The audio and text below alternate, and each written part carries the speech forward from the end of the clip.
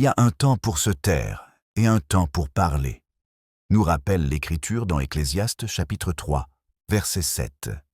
Et cette parole révèle une sagesse profonde que beaucoup de croyants négligent. As-tu déjà confié quelque chose de précieux, trop tôt, pour ensuite voir ton élan freiné, ton feu refroidi ou ta foi ébranlée? Aujourd'hui, Dieu nous appelle à une maturité spirituelle plus élevée, car tout ce que Dieu veut accomplir dans ta vie ne doit pas être exposé au regard de tous. Dans cette vidéo, nous allons explorer une vérité spirituelle puissante. Dieu dit de ne jamais révéler 3 choses à personne si tu veux réussir selon sa volonté, car le succès divin naît souvent dans le silence, la discrétion et l'obéissance. Si ce message résonne déjà en toi, je t'invite dès maintenant à aimer cette vidéo et à t'abonner à la chaîne La Lumière du Monde, afin que la parole continue d'éclairer ton chemin jour après jour. Reste bien jusqu'à la fin, car ces clés bibliques peuvent transformer ta manière de prier, de croire et d'avancer avec Dieu. Et nous terminerons par une prière profonde. Écris en commentaire cette phrase de foi. J'apprends à marcher dans le silence de Dieu. Et ouvre ton cœur, car ce que Dieu prépare en secret pour ta vie dépasse tout ce que l'homme peut imaginer. La Bible nous montre à de nombreuses reprises que Dieu agit puissamment dans le secret avant de manifester sa gloire au grand jour. Dans Matthieu chapitre 6, verset 6, Jésus enseigne clairement que le Père voit dans le lieu secret et qu'il récompense ouvertement, révélant ainsi un principe spirituel fondamental. Ce qui est confié à Dieu dans le silence reçoit sa force du ciel. Tout au long des Écritures, les figures bibliques qui ont accompli de grandes destinées ont appris à taire certaines choses au bon moment.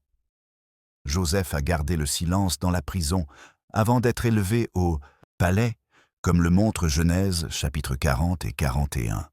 Et David a appris à attendre le temps de Dieu sans exposer ses combats intérieurs, comme nous le rappelle premier livre de Samuel, chapitre 16. Même Jésus-Christ, le Fils de Dieu, n'a pas tout révélé à tout le monde, déclarant dans Jean chapitre 16, verset 12, qu'il y avait des choses que les disciples ne pouvaient pas encore porter. Pourtant, dans le monde actuel, nous sommes encouragés à tout exposer, à tout partager, à tout expliquer, confondant transparence et sagesse spirituelle. Cette vérité biblique est souvent mal comprise parce que le silence est perçu comme une faiblesse, alors qu'en réalité, il est une preuve de maturité et de confiance en Dieu. Ce que Dieu t'appelle à garder aujourd'hui, c'est peut-être ce qu'il s'apprête à utiliser demain pour sa gloire. Avant d'entrer dans le cœur de cette révélation, laisse ton esprit se poser et ton âme s'ouvrir. Car ce que nous allons explorer maintenant ne relève pas de la stratégie humaine, mais de la sagesse céleste. Ces principes ne sont pas des règles rigides, mais des clés spirituelles que Dieu utilise pour protéger, former et conduire ceux qu'il prépare à réussir selon son dessein. Le premier principe que Dieu nous enseigne est de ne jamais révéler trop tôt la vision qu'il a déposée en toi. La Bible nous montre que toute vision authentique vient de Dieu et qu'elle porte en elle une dimension spirituelle qui dépasse l'intelligence humaine.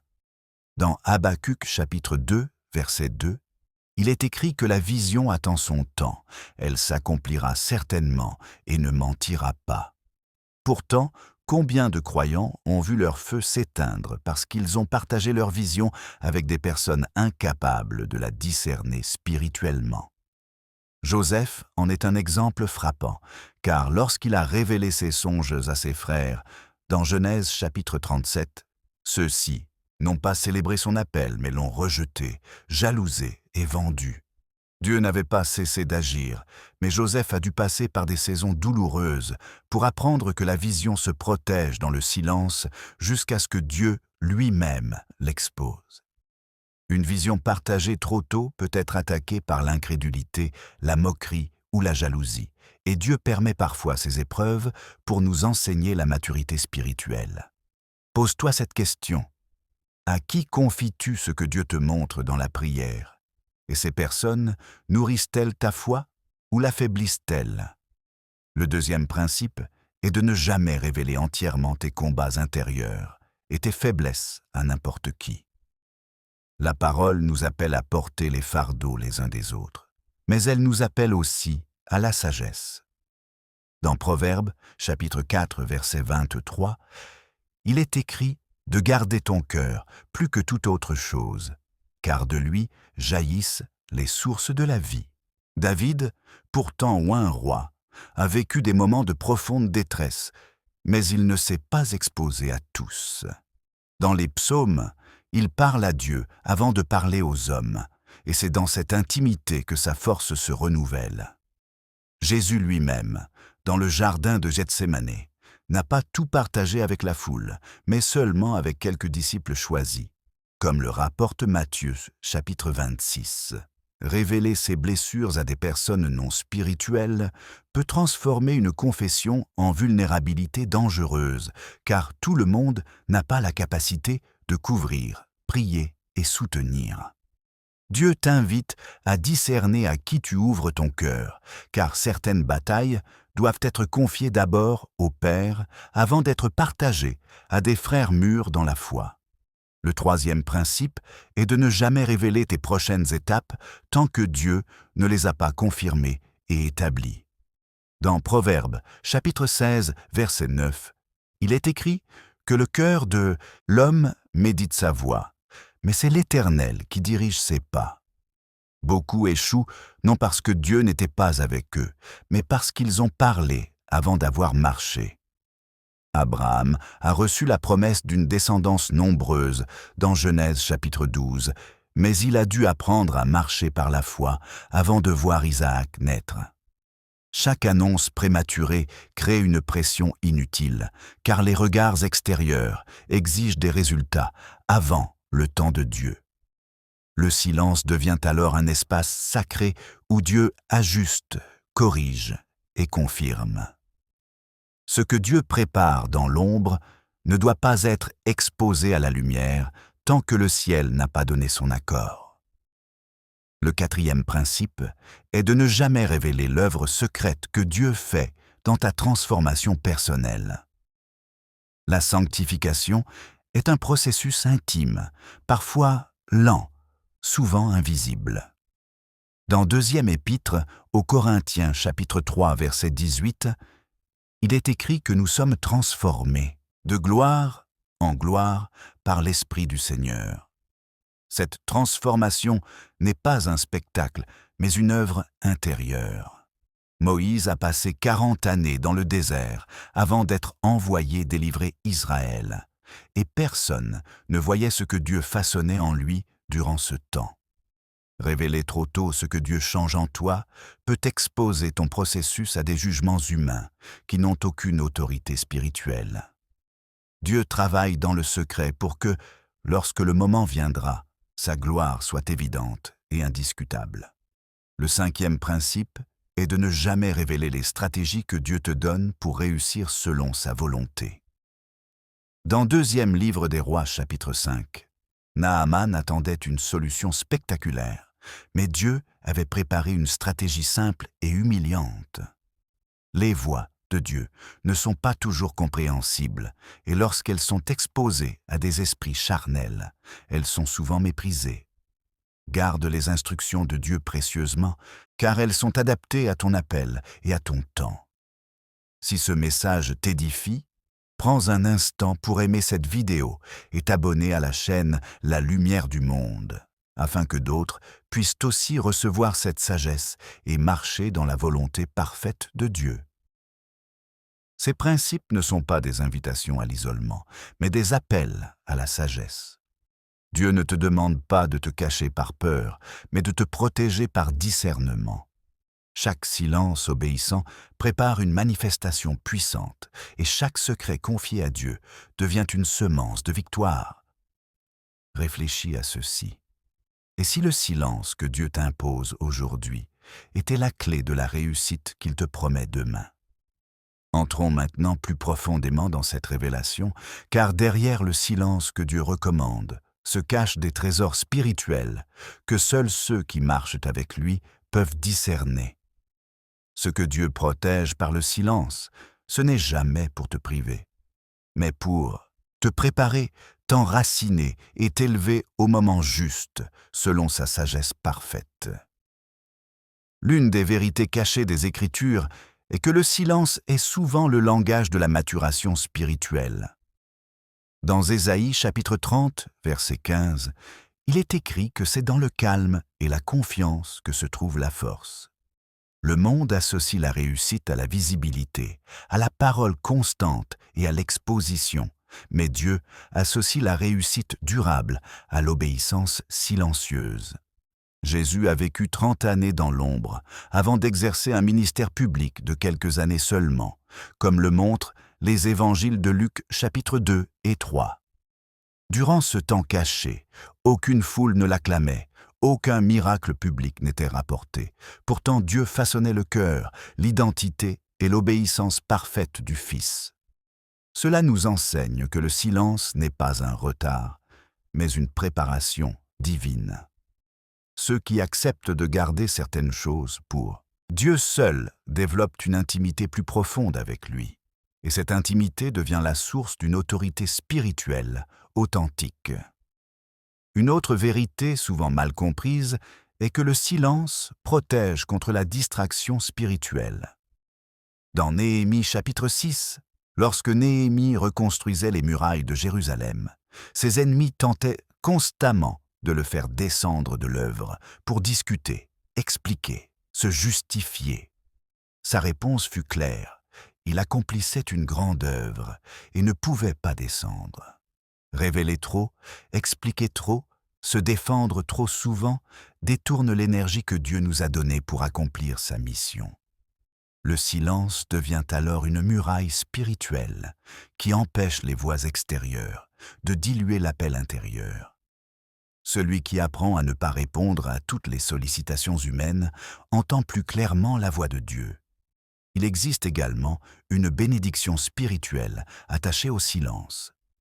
La dépendance totale à Dieu. Dans Exode chapitre 14 verset 14, Moïse déclare au peuple que l'Éternel combattra pour eux et qu'ils garderont le silence. Ce silence n'était pas une passivité, mais un acte de foi radical.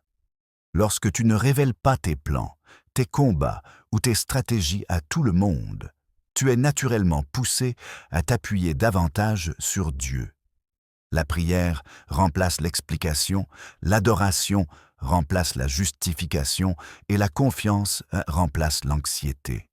Cette dépendance attire la faveur divine, car Dieu résiste aux orgueilleux mais fait grâce aux humbles, comme l'enseigne Jacques chapitre 4 verset 6. Beaucoup pensent à tort que garder le silence revient à manquer de foi, alors qu'en réalité, c'est souvent l'expression la plus élevée de la foi. Abraham n'a pas annoncé chaque étape de son voyage, mais il marchait, jour après jour, selon la direction de Dieu. Dans Hébreux chapitre 11, il est écrit qu'il partit sans savoir où il allait, et pourtant il est devenu le Père des croyants. La foi véritable ne cherche pas l'approbation des hommes, elle cherche l'approbation de Dieu. Lorsque tu apprends à marcher sans tout expliquer, tu développes une foi solide, enracinée dans la fidélité divine et non dans les réactions humaines. Une autre vérité profonde est que le silence empêche l'ennemi d'anticiper l'œuvre de Dieu. Dans Juges chapitre 7, Gédéon reçoit une stratégie divine qui défie toute logique humaine. Dieu réduit son armée afin que la victoire soit clairement attribuée à l'Éternel. Si Gédéon avait exposé chaque détail à l'avance, la peur et le doute auraient contaminé le camp. Le silence permet à Dieu de surprendre, de renverser les situations et de manifester sa gloire de manière incontestable. Ce que l'ennemi ne connaît pas, il ne peut pas le contrecarrer. Il est aussi essentiel de démystifier l'idée selon laquelle tout silence serait synonyme de secret malsain.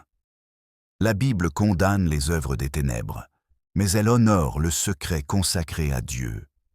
Dans Proverbes chapitre 25, verset 2, il est écrit que la gloire de Dieu est de cacher les choses, et la gloire des rois est de les sonder. Ce que Dieu cache n'est jamais pour manipuler, mais pour révéler au temps convenable. Le discernement consiste à savoir ce qui doit être confessé pour être guéri et ce qui doit être conservé pour être protégé. Les bénéfices spirituels de cette obéissance sont immenses. Celui qui apprend à garder ce que Dieu lui confie développe une paix intérieure profonde, car il n'est plus esclave de l'opinion des autres. Il avance avec assurance, même lorsque personne n'applaudit. Sa prière devient plus sincère, car elle n'est plus influencée par le regard humain. Sa foi devient plus stable, car elle repose sur la parole et non sur les circonstances. Comme le dit le psaume chapitre 125, « Ceux qui, se confiant en l'Éternel, sont comme la montagne de Sion, inébranlables et éternels. » Enfin, cette vérité biblique nous rappelle que Dieu ne révèle jamais tout d'un coup. Il guide pas à pas, ligne sur ligne, comme l'enseigne Ésaïe chapitre 28, verset 10. Accepter de ne pas tout dire, de ne pas tout montrer et de ne pas tout expliquer, c'est accepter de marcher humblement avec Dieu. Et cette marche humble ouvre la porte à une réussite qui ne dépend pas des hommes, mais qui est scellée par le ciel. Si tu ressens dans ton cœur que Dieu t'appelle à une saison de silence, ne la crains pas. Elle est peut-être le prélude d'une élévation que seule la main de Dieu peut accomplir. Le silence obéissant d'aujourd'hui prépare la manifestation glorieuse de demain. Entrons maintenant dans une dimension très concrète de cette révélation, car la sagesse biblique n'est jamais destinée à rester théorique. Elle est appelée à transformer la vie quotidienne de ceux qui choisissent d'obéir à Dieu. Ce que tu as compris dans l'esprit doit maintenant descendre dans tes habitudes, tes paroles, tes relations et ta manière de marcher avec le Seigneur, afin que le silence devienne un instrument de transformation et non une simple retenue extérieure. La première application pratique de cette vérité est d'apprendre à filtrer ta parole dans la prière avant de la libérer devant les hommes. Dans Psaume chapitre 141, verset 3, David demande à Dieu de mettre une garde à sa bouche et de veiller sur la porte de ses lèvres.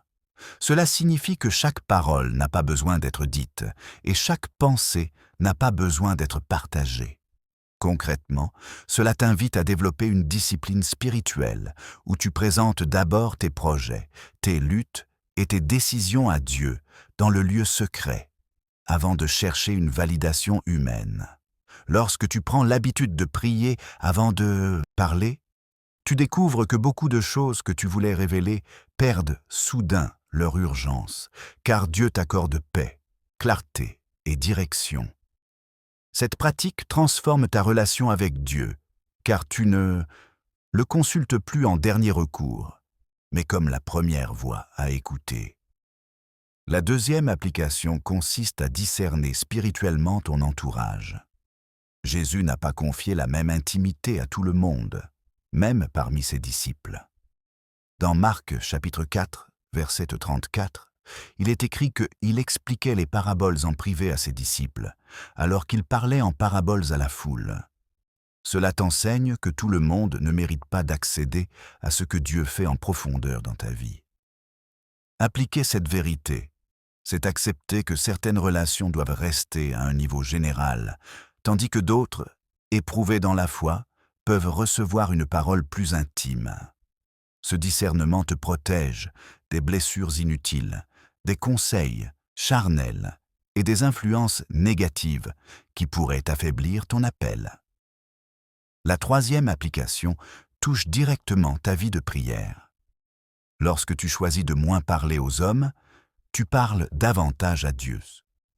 Jésus nous enseigne dans Matthieu chapitre 6, verset 6, d'entrer dans notre chambre, de fermer la porte et de prier le Père dans le secret. Cette prière cachée produit une transformation profonde, car elle t'enracine dans une relation authentique avec Dieu, libérée de toute recherche d'approbation extérieure. Peu à peu, tu réalises que tu n'as plus besoin d'expliquer ta foi, car ta paix, ta constance et ton fruit parlent pour toi. Ta prière devient plus confiante, plus persévérante et plus alignée avec la volonté divine. La quatrième application est d'apprendre à traverser les épreuves sans te justifier constamment. Jésus, face à ses accusateurs, a souvent gardé le silence, accomplissant ainsi la prophétie d'Ésaïe, chapitre 53, verset 7, où il est écrit qu'il n'a point ouvert la bouche. Dans la pratique, cela signifie que tu n'es pas obligé de répondre à chaque critique, de corriger chaque malentendu ou de défendre chaque décision. Dieu est ton défenseur. Lorsque tu choisis le silence dans l'épreuve, tu laisses Dieu parler par les résultats, par le temps et par sa justice parfaite. Cette posture transforme ton caractère, car elle t'enseigne l'humilité, la patience et une confiance profonde dans la souveraineté de Dieu. La cinquième application est de persévérer dans l'obéissance même, lorsque personne ne voit. Dans Colossiens chapitre 3, verset 23, il est écrit de faire toutes choses comme pour le Seigneur, et non pour les hommes. Beaucoup abandonnent parce que leur fidélité n'est pas reconnue. Mais ceux qui acceptent de marcher dans le silence découvrent que Dieu est un rémunérateur fidèle. Cette persévérance silencieuse affine ta foi, purifie tes motivations et prépare une bénédiction durable. Tu n'avances plus pour être applaudi, mais pour être aligné avec le cœur de Dieu. Pour graver cette vérité dans ton esprit, imagine une parabole inspirée des cieux. Un jour, un semeur reçut de son maître 3 graines précieuses, lui demandant de les planter dans un champ caché, loin des regards. Le semeur, impatient, en montra une à la foule, qui se moqua de sa petite taille. Découragé, il la planta à la hâte, et elle donna peu de fruits. La deuxième graine, il la confia à des amis, qui la piétinèrent sans le vouloir en donnant leurs opinions. Mais la troisième graine, il la garda dans le silence, la plantant dans la terre profonde, l'arrosant fidèlement chaque jour sans en parler à personne. Lorsque le temps du maître arriva, cette graine donna un arbre si grand que les oiseaux vinrent s'y abriter. Jésus nous enseigne par là que ce qui est confié au silence, nourri par l'obéissance et arrosé par la foi, porte toujours un fruit abondant. Cette parabole t'appelle à écouter la voix de Jésus plutôt que le bruit du monde. Dans Jean chapitre 10, verset 27, Jésus déclare que ses brebis entendent sa voix et le suivent. Suivre Jésus dans la foi, c'est parfois accepter de marcher seul, incompris, silencieux, mais profondément guidé. Lorsque tu choisis cette voie, ta foi cesse d'être fragile, car elle ne dépend plus des circonstances, mais de la fidélité de celui qui t'a appelé. Si aujourd'hui tu traverses une saison où Dieu t'invite à te taire, à attendre et à lui faire confiance, ne te décourage pas. Cette saison est une forge spirituelle. Elle prépare ton cœur, affine ton discernement et fortifie ton esprit. Dieu ne gaspille jamais le silence de ceux qui lui obéissent. Chaque jour de fidélité cachée construit une victoire future et chaque larme versée dans le secret est recueillie par le Père, comme le rappelle Psaume, chapitre 56, verset 9. Garde courage, persévère et continue de marcher dans la foi. Ce que Dieu commence, il l'achève toujours, et lorsque le temps sera venu, ce que tu as protégé dans le silence parlera plus fort que tous les discours humains. Alors que nous arrivons au terme de cette révélation, laisse ces vérités descendre profondément dans ton cœur. Nous avons vu que Dieu ne travaille jamais dans la précipitation, mais dans l'ordre parfait de son temps.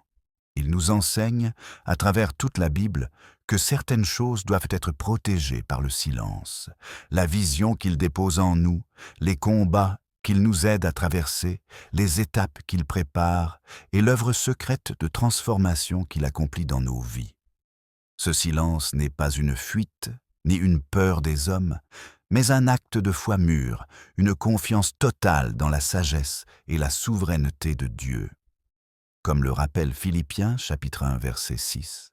Celui qui a commencé en toi cette bonne œuvre la rendra parfaite pour le jour de Jésus-Christ. Dieu ne laisse jamais son œuvre inachevée, même lorsque tout semble immobile ou caché.